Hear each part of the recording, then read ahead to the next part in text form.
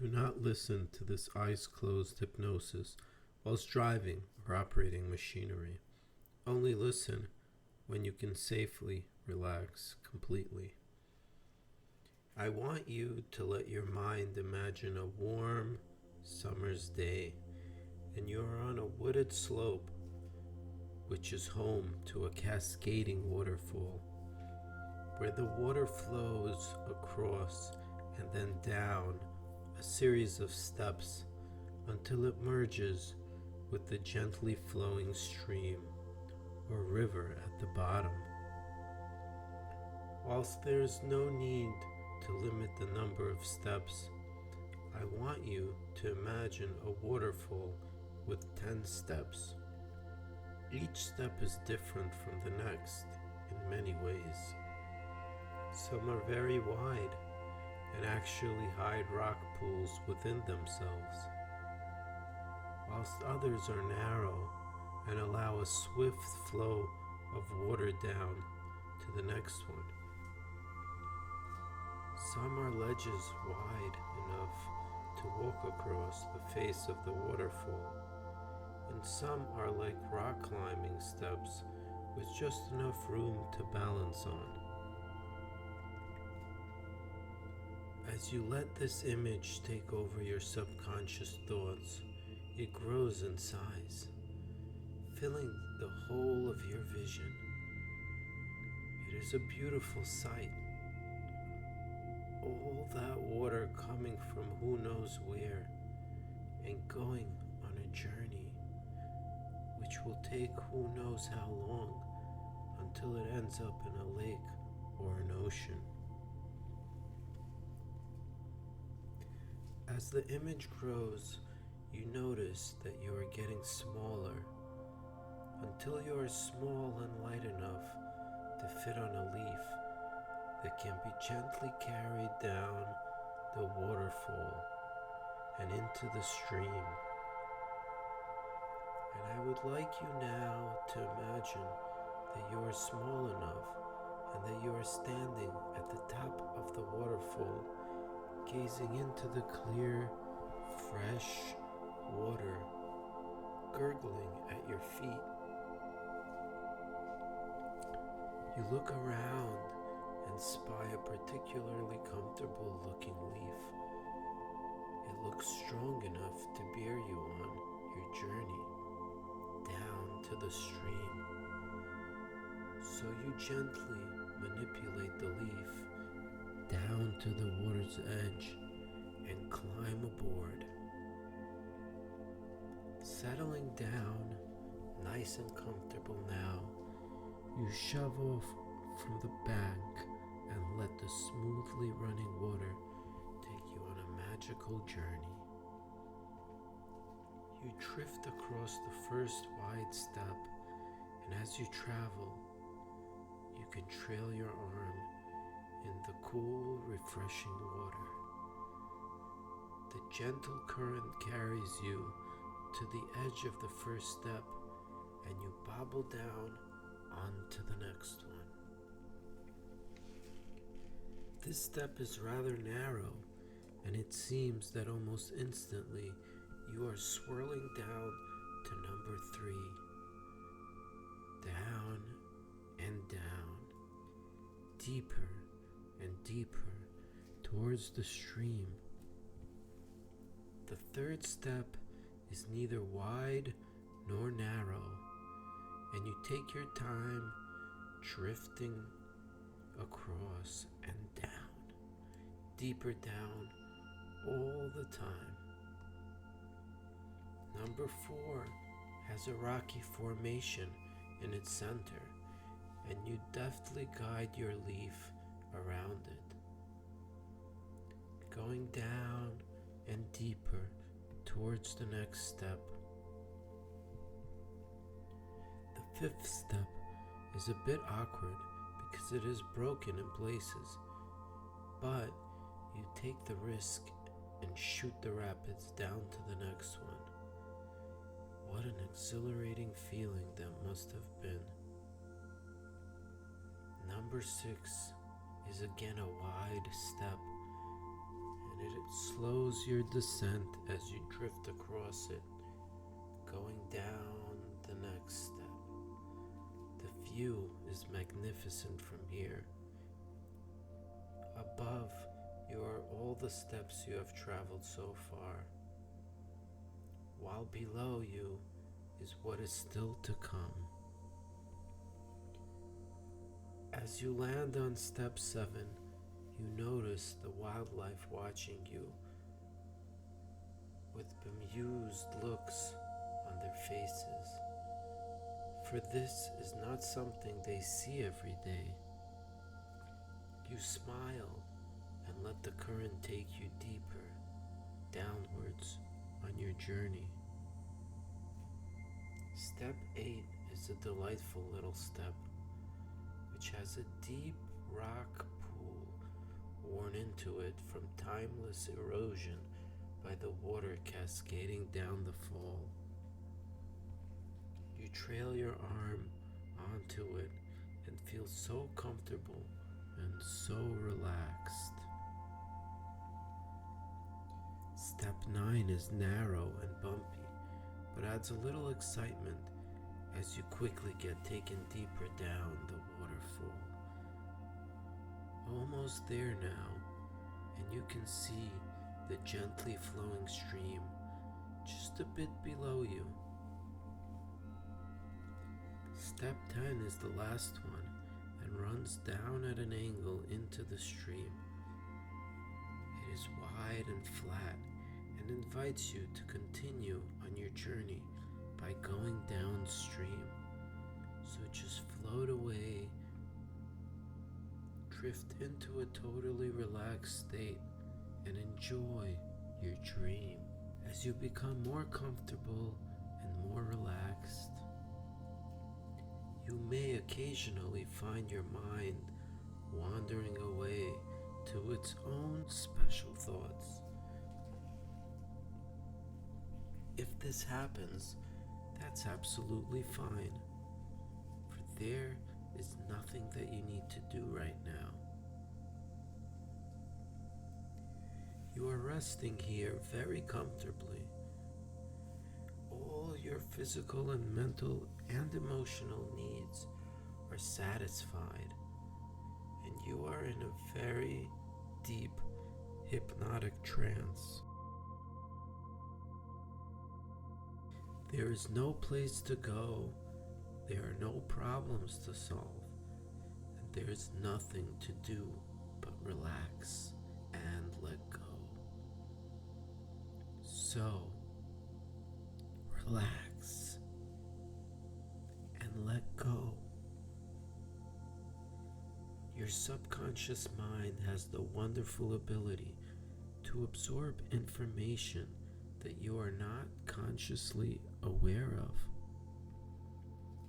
And even though you are not consciously listening to what is being said, your inner mind hears everything. And soon, very soon, my words will become your thoughts. And your thoughts will generate a whole new way of thinking, feeling, and being for you.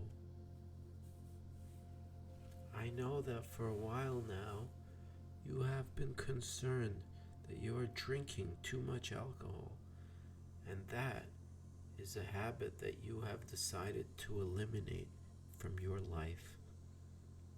You have no wish to be dependent on substances that distort your reality, because you know the consequences of this can be dire.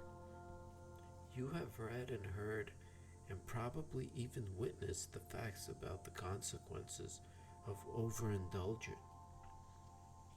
And you know alcohol can impair your judgment by loosening your inhibition.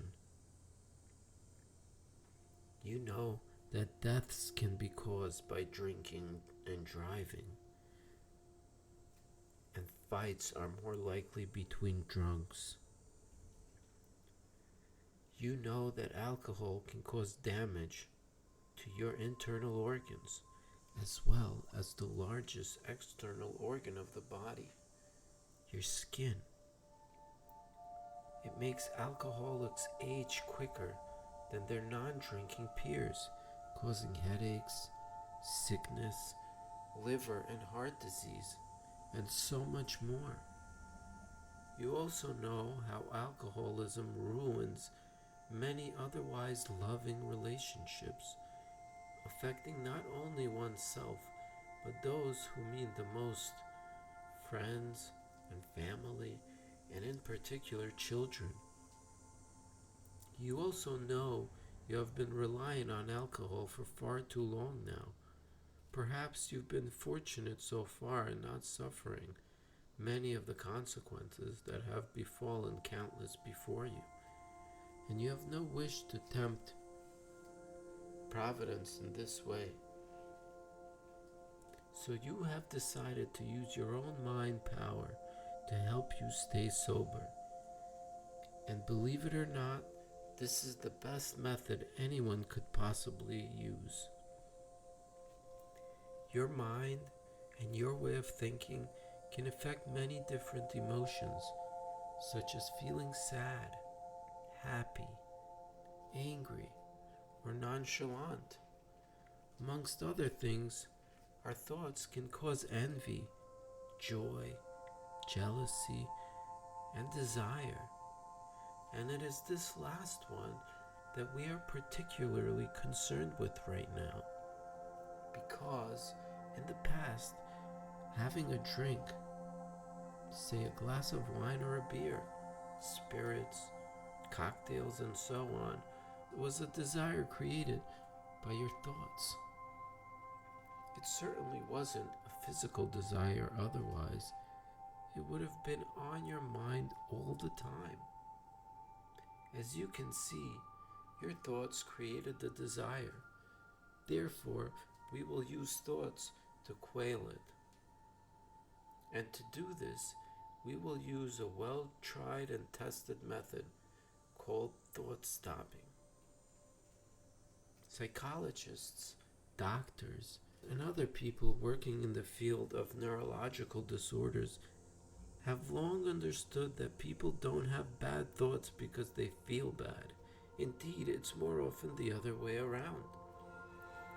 Because they constantly think something awful is going to happen. This generates uncomfortable emotions and feelings of general discontent. The same principle works with most things. For example, you didn't really want a drink of alcohol. You just thought you did. And because you thought you wanted one, you gave in to the easiest option.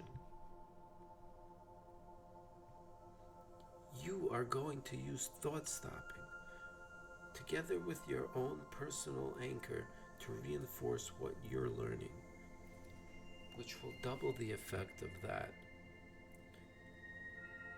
Say to yourself to get rid of those thoughts of drink. You are going to use thought stopping together with your own personal anchor to reinforce what you're learning, which will double the effect of what you say to yourself to get rid of those thoughts of drink. I will explain the techniques first, and then we'll go through a few examples afterwards, so that we can strengthen your knowledge of how to apply it. Whenever a thought of alcohol comes into your mind, I want you to immediately replace it with stop. You say, stop. I really don't need or want a drink. I wonder if you could put a little emotion into that thought. I want you to think of something that seemed about to happen that you really wanted to prevent. I'll give you an example. A child about to run in front of a car or put their hand in a pot of boiling water. Unfortunately, it has to be something bad, otherwise the emotion would be too weak to work. But use a scenario that is personal for you, and hear and feel and think of the word stop. A loud, emotional stop. If the word stop doesn't produce a strong enough reaction for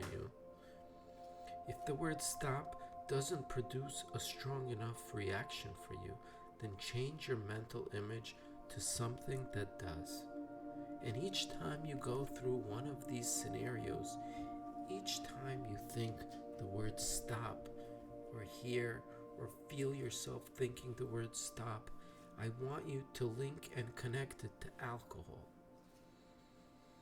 I will be quiet for a moment or two as you practice saying the word stop in different situations, remembering each time to link it to alcohol. At this stage, you should pause for a while, possibly about half a minute, but no, any changes are such as phone. Okay, at this point I'm taking a stop for like 30 seconds. That's good. You're doing really well. And now, in order to enable yourself to strengthen your belief in the simple routine, we will now go through one or two typical situations where you would think about having a drink. Some people like to stick to a certain time of day before having their first drink.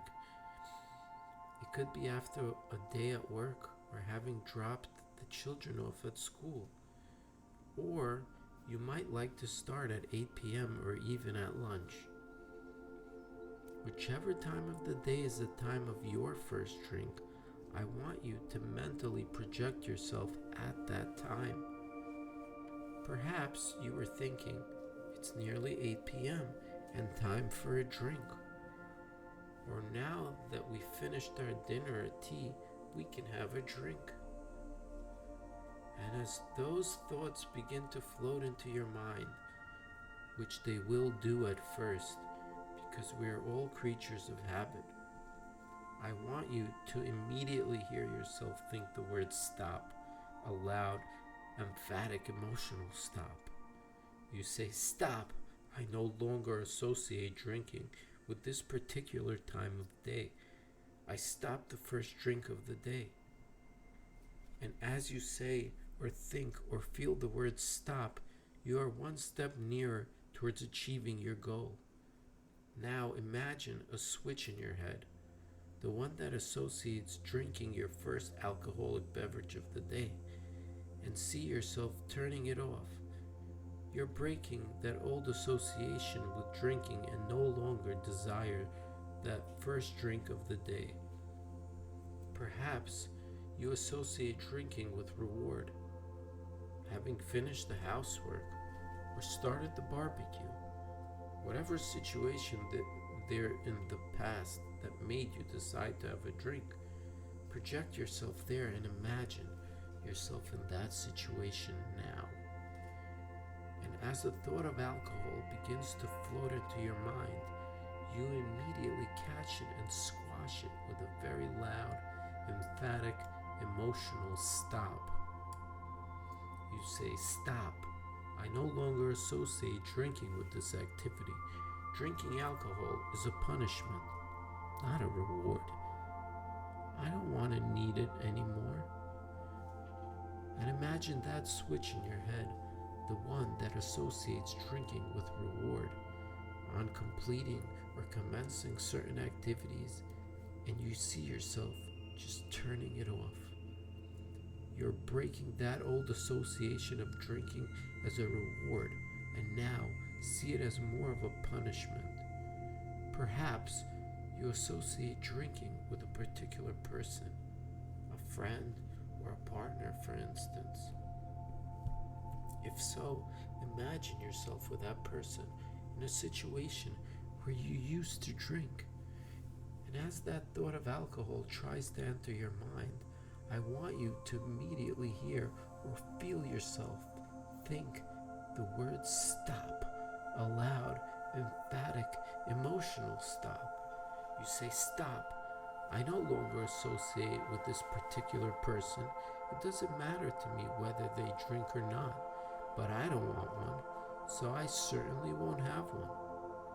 And as you say or think or feel the word stop, you are another step nearer towards achieving your goal. And imagine that switch in your head, the one that associates drinking with this particular person, and you see yourself turning it off. Some people drink because they think they are bad. Perhaps they made a mistake or something went wrong. Maybe you've experienced an occasion when you said something and immediately afterwards regretted opening your mouth. Then beat yourself up about it for ages afterwards and had a drink in the hope of forgetting that awful blip. But strangely enough, the more you drank, the more you thought about what you'd said or done, and the more strength you gave to those unwanted thoughts. If anything like this has happened to you, imagine yourself back in that situation. But this time, instead of allowing thoughts of alcohol to enter your mind, you immediately think and feel the word stop.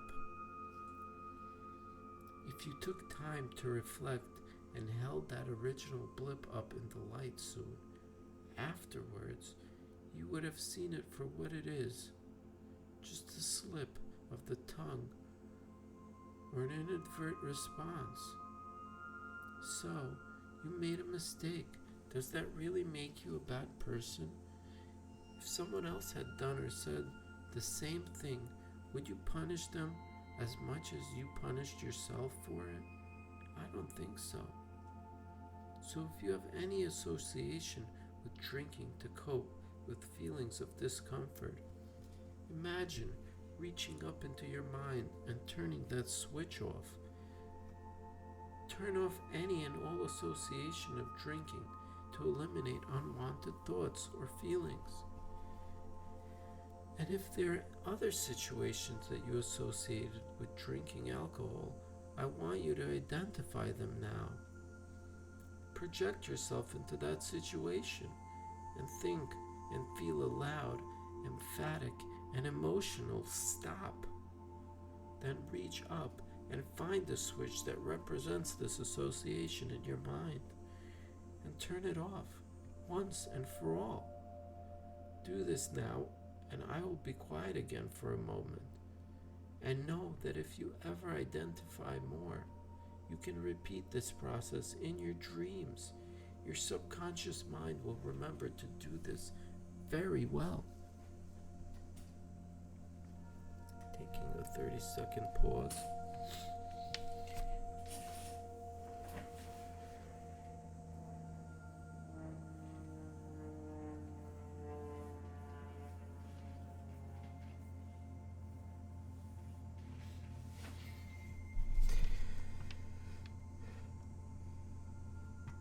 Good. Now bring yourself back to my voice and know that you are going to find yourself using this technique to rid yourself of unwanted thoughts of alcohol more and more. And the more you use these methods, the more strength you give to the positive outcome. And soon, very soon, you find that not only can you eliminate thoughts of alcohol easily and rapidly, you tend to forget that it was ever important to you. You realize now that you never really needed or wanted a drink, but you had no idea how easy it would be to quit. And those suggestions are firmly embedded in your subconscious mind and grow stronger and stronger day by day. They go stronger by the day, stronger by the hour, stronger by the minute. In a moment, I'm going to count the number from 1 to 5, and at the count of 5, you will be wide awake, fully refreshed and alert and ready to allow these suggestions to work for you. 1, 2, 3, coming back slowly. 4, eyelids beginning to flutter. And 5, Eyes open, wide and awake, mind and body returning to normal.